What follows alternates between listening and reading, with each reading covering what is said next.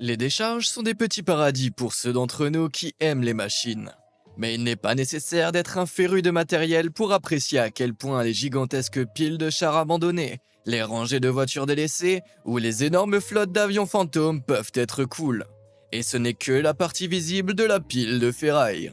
Alors, attachez vos ceintures et préparez-vous à découvrir quelques-unes des plus grandes et des plus extraordinaires décharges du monde. La poubelle de char. Voici une question que vous n'avez jamais pensé à poser. Et si vous vous retrouviez avec 6500 chars dont vous n'avez plus l'utilité, comment les stockeriez-vous? Eh bien, après la chute de l'Union soviétique en 1991, c'est exactement la question qui se posait en Ukraine. Sans réelle option de stockage, une grande partie de leur énorme réserve de chars a fini ici. Voici le dépôt de l'énorme usine Malichev à Kharkiv, à presque 30 km de la frontière russe. Il est rempli de rangées et de rangées de ces machines de guerre autrefois mortelles, dont beaucoup, comme vous pouvez le voir, ont rouillé et se sont corrodées avec le temps. Bien que l'on ne sache pas exactement combien sont entassés dans cette installation de près d'1 million de mètres carrés, on estime qu'environ 400 chars de construction soviétique encombrent le complexe. Il s'agit notamment de modèles T-72, ce qui signifie qu'il ne s'agit pas de anciens chariots de guerre de votre grand-père, mais de 44 tonnes de mauvaises nouvelles et de très gros canons. À l'état neuf, des modèles comme le T-72 valaient entre 500 000 et 1,2 million de dollars. Ainsi, avec tous les autres modèles similaires qui se trouvent ici, il est très possible que ces 400 tas de rouille aient une puissance de feu valant plus de 400 millions de dollars. C'est une véritable armada de combat, bien qu'ils semblent ne faire plus la guerre qu'aux mauvaises herbes. Ces chars ont peut-être passé leur heure de gloire, mais je vais vous dire ce qui est encore en état de marche. Les boutons j'aime et s'abonner de cette vidéo, bien sûr. Pourquoi ne pas leur donner un coup de pouce pour vérifier s'ils ne sont pas rouillés? En fait, je fouille dans le dépotoir d'internet pour vous apporter chaque jour du contenu incroyable comme celui-ci. Donnez un coup de pouce à cette cloche pour ne jamais le manquer. Mais pour l'instant, revenons à la vraie casse. La caverne des âmes perdues. Malgré son nom sinistre, la caverne des âmes perdues n'est pas un trou géant dans lequel des gens ont été jetés, mais c'est un trou géant dans lequel des gens ont jeté leurs déchets. Cette caverne, découverte dans la région de Ceredigion, au Pays de Galles, était autrefois une mine d'ardoise. Mais lorsque l'activité minière dans la région a commencé à décliner, elle a été abandonnée avant de rester inondée et silencieuse pendant plus de 60 ans. Cependant, des parties de la roche supérieure se sont effondrées, ouvrant de grands trous à la surface. Ne voulant pas gâcher une opportunité, les habitants ont décidé d'utiliser ces trous comme des décharges massives et illégales. Depuis lors, la caverne a été transformée en corne d'abondance de déchets jetés dans l'obscurité. Mais personne ne savait ce qu'il y avait là-dessous jusqu'à ce que ladite caverne soit photographiée par des explorateurs urbains en 2014. À travers les eaux troubles, vous pouvez voir des articles allant des déchets ménagers et de voitures entières de toutes les époques, dans différents états de décomposition. Les explorateurs de ce dépotoir souterrain ont bravé la montagne corrosive de voitures, et ont même découvert une épée dans tout ce bric-à-brac. Quel genre de personne jette une épée? Probablement le même genre qui roule sa voiture dans un trou géant dans la montagne.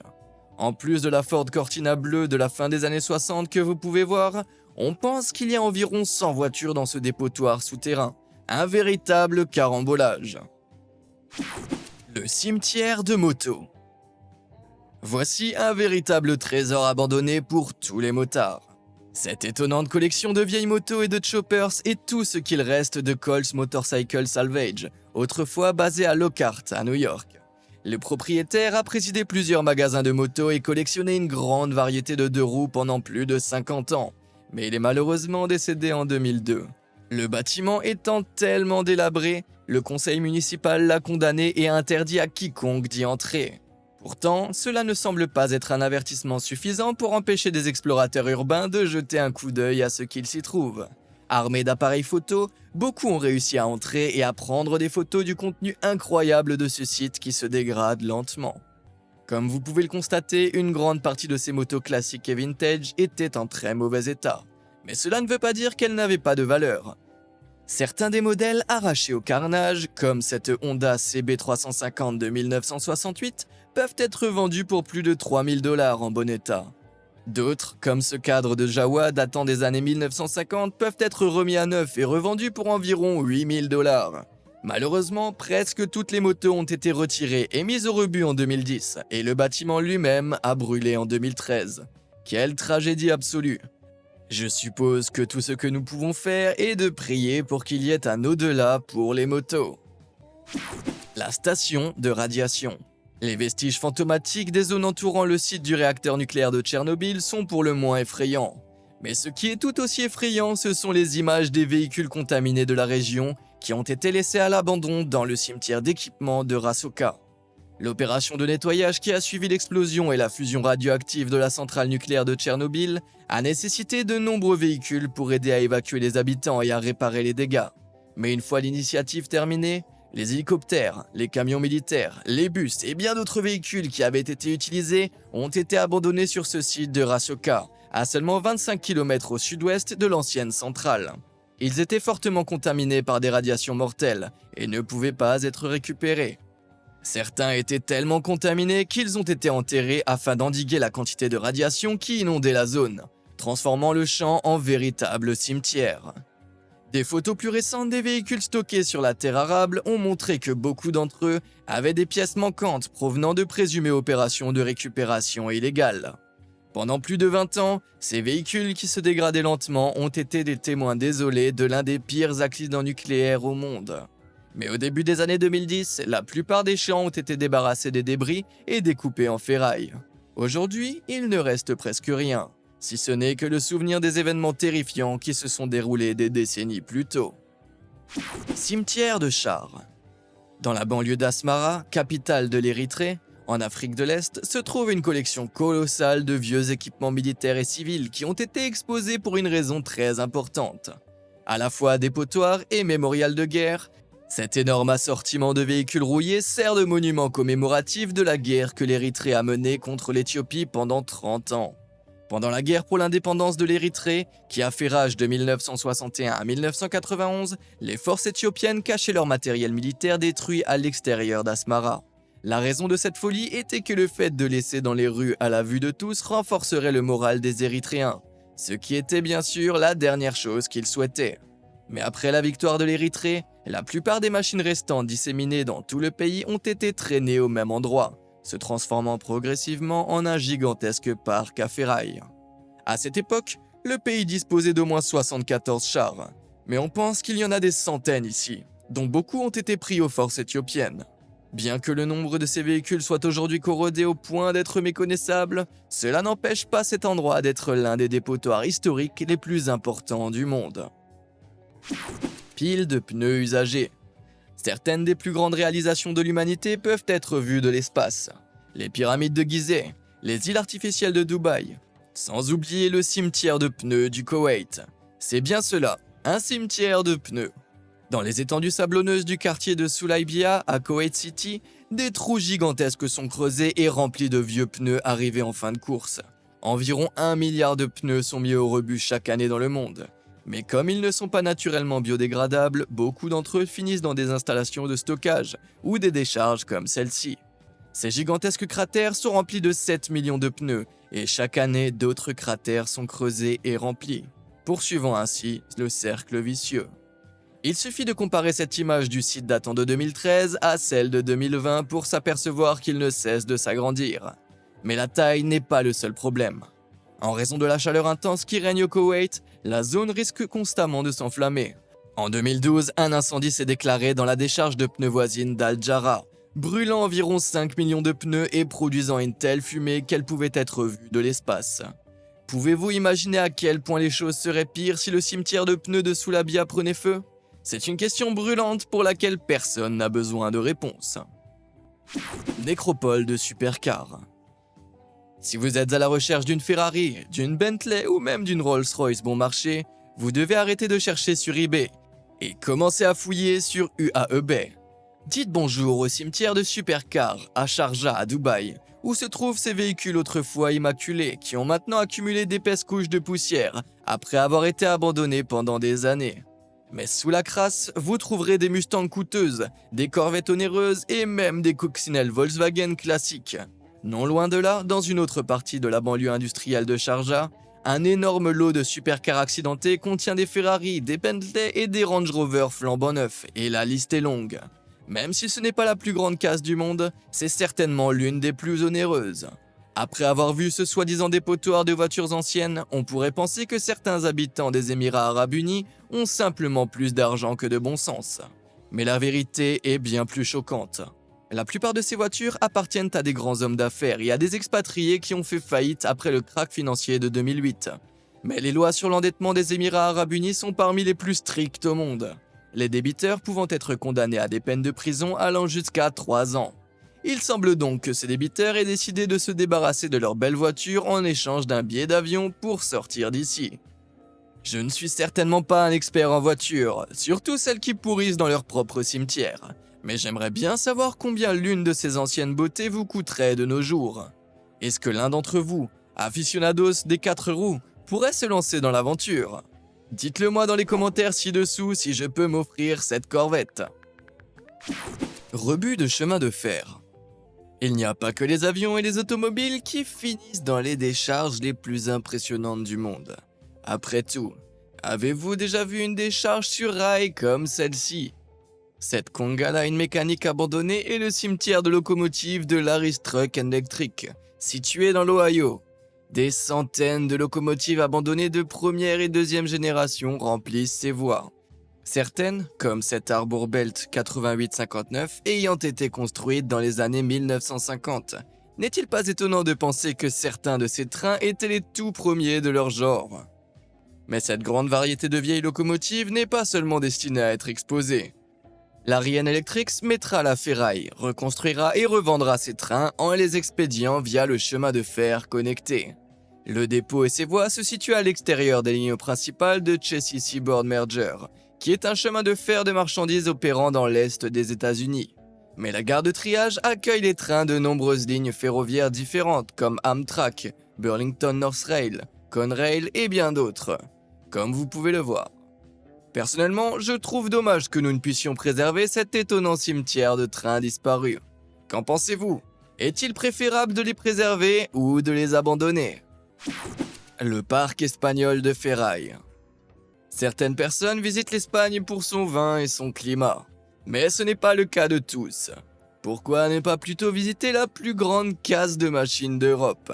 Dites hola à Desguaches-Cosquero, ce gigantesque complexe situé juste au nord de Benavente a une superficie d'un peu moins de 230 000 mètres carrés et rempli d'à peu près toutes les machines de construction et de tous les véhicules agricoles imaginables. Des centaines de machines, comme ces excavatrices hors d'usage et ces rangées d'engins de terrassement autrefois puissants, se prélassent sous le soleil brûlant d'Espagne. Le climat espagnol chaud et sec permet à bon nombre de ces véhicules de rester en bon état beaucoup plus longtemps. Si longtemps en fait que certains modèles très anciens, comme ces décapeuses Caterpillar 63 1B, construites en 1978, sont encore en bon état de marche et prêtes à reprendre du service. Si certaines de ces machines étonnantes peuvent être vendues, la plupart sont démontées pour leurs pièces détachées et pour être récupérées. Un véritable paradis pour tous ceux qui ont de l'huile moteur dans les veines. Ferraille saoudienne. Nous savons tous que l'Arabie Saoudite est réputée pour son pétrole. Elle possède en fait les deuxièmes plus grandes réserves du monde. Mais qu'en est-il de son atout le moins connu, l'un des plus grands parcs à ferraille du monde? Ce centre tentaculaire de véhicules accidentés se trouve au sud-est de Riyad, la capitale de l'Arabie Saoudite, dans une zone appelée Uraid. Presque toutes les voitures accidentées ou désignées comme ferraille de la capitale voisine se retrouvent ici. On y trouve de tout, des voitures au bus, empilées les uns sur les autres. Mais si ce chaos métallique peut sembler une horreur pour certains, il représente une énorme opportunité commerciale pour d'autres. Des centaines de vendeurs de pièces détachées et de voitures d'occasion sont disséminés dans les lotissements de près de 2,5 km de large. Mais comment cette zone a-t-elle pu atteindre une taille aussi colossale? Eh bien, pendant longtemps, Riyad a eu un problème avec ses citoyens conduisant des voitures dangereusement dépassées.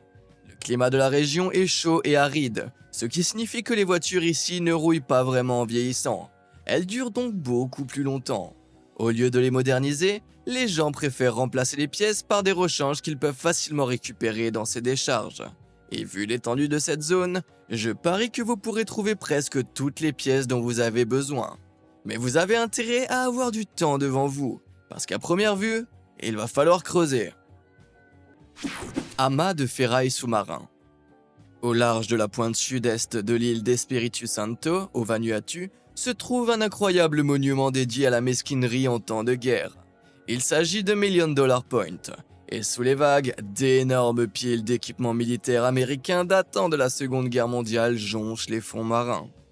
Vous pouvez y voir des bulldozers incrustés de corail, les restes corrodés de navires, les os métalliques de véhicules noyés et toute autre sorte de débris de guerre. Mais comment cette fortune d'équipement désaffecté s'est-elle retrouvée ici?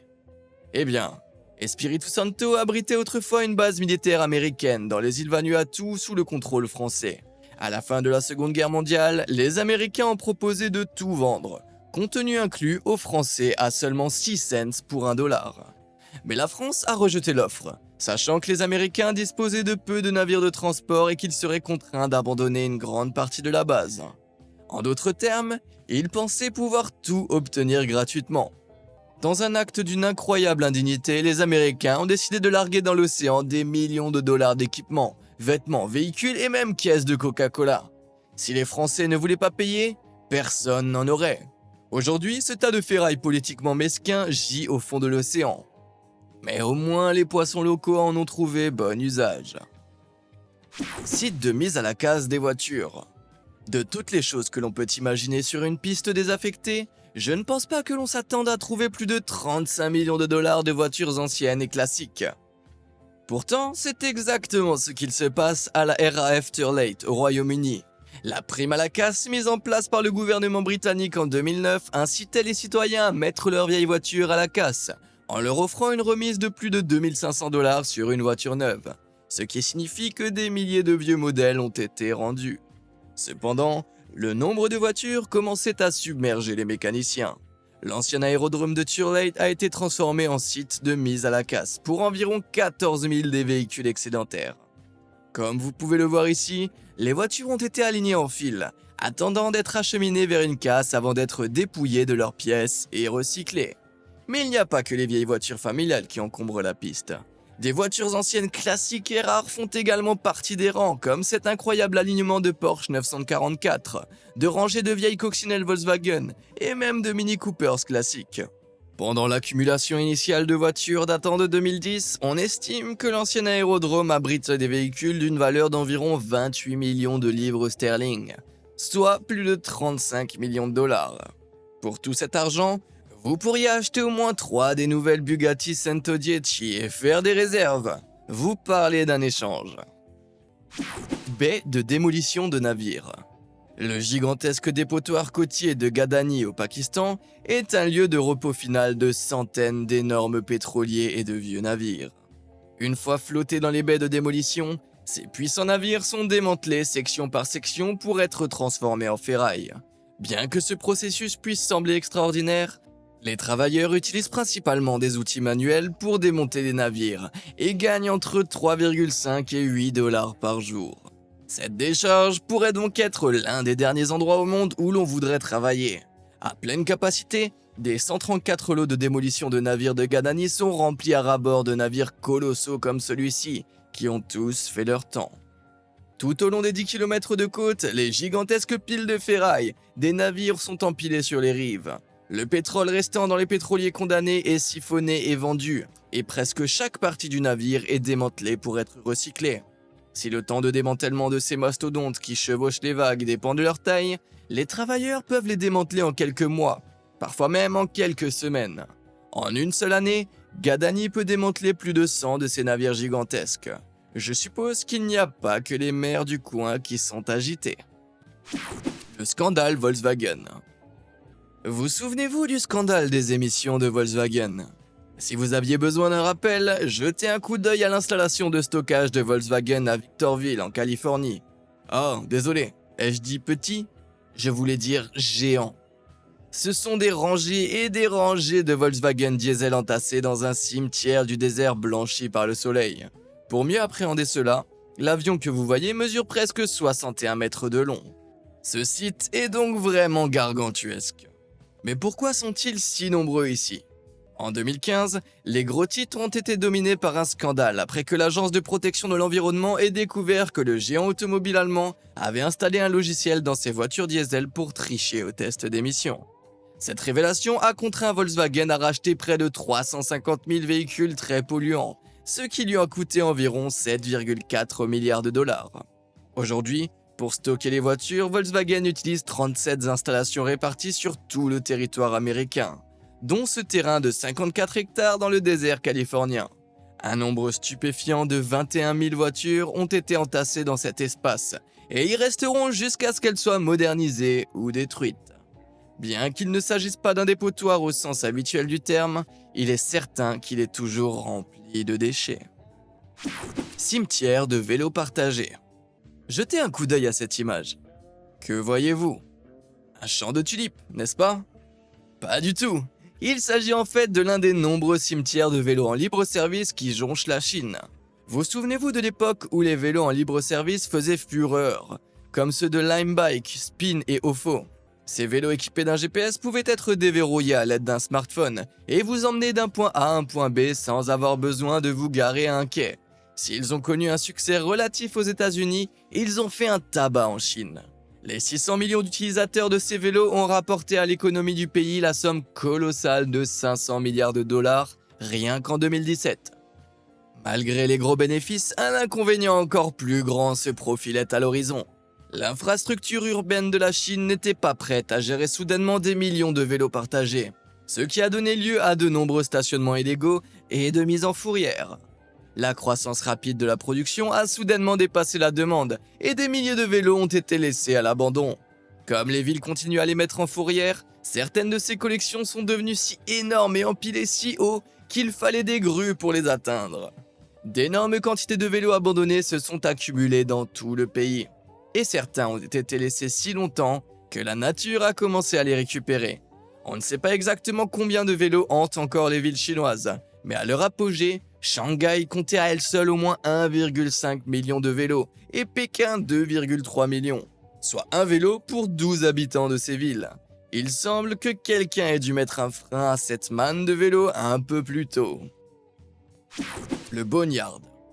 Vous vous êtes déjà demandé ce qu'il advient des avions militarisés de la nation américaine lorsqu'ils doivent être mis au rebut ? Ne vous posez plus la question. Bienvenue dans le plus grand cimetière d'avions du monde, le Boneyard. Connu officiellement sous le nom de 309e groupe de maintenance et de régénération aérospatiale, le Boneyard est une installation de stockage qui s'étend sur 10 km² de la base aérienne de Davis Mountain, en Arizona.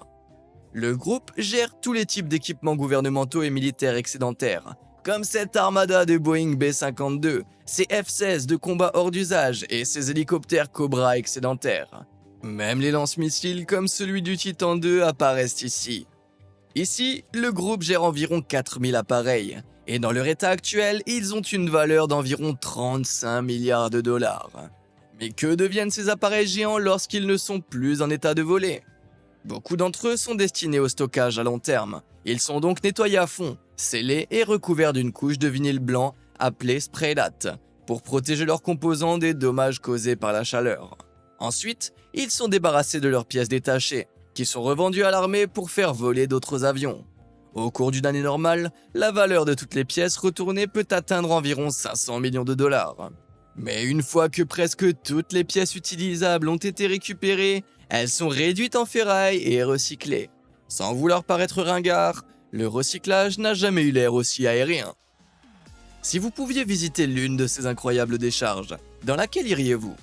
Et si vous avez déjà fait une découverte incroyable dans une case qui pourrait me surprendre, pourquoi ne pas me le faire savoir dans les commentaires ? Et comme toujours, merci de nous avoir suivis.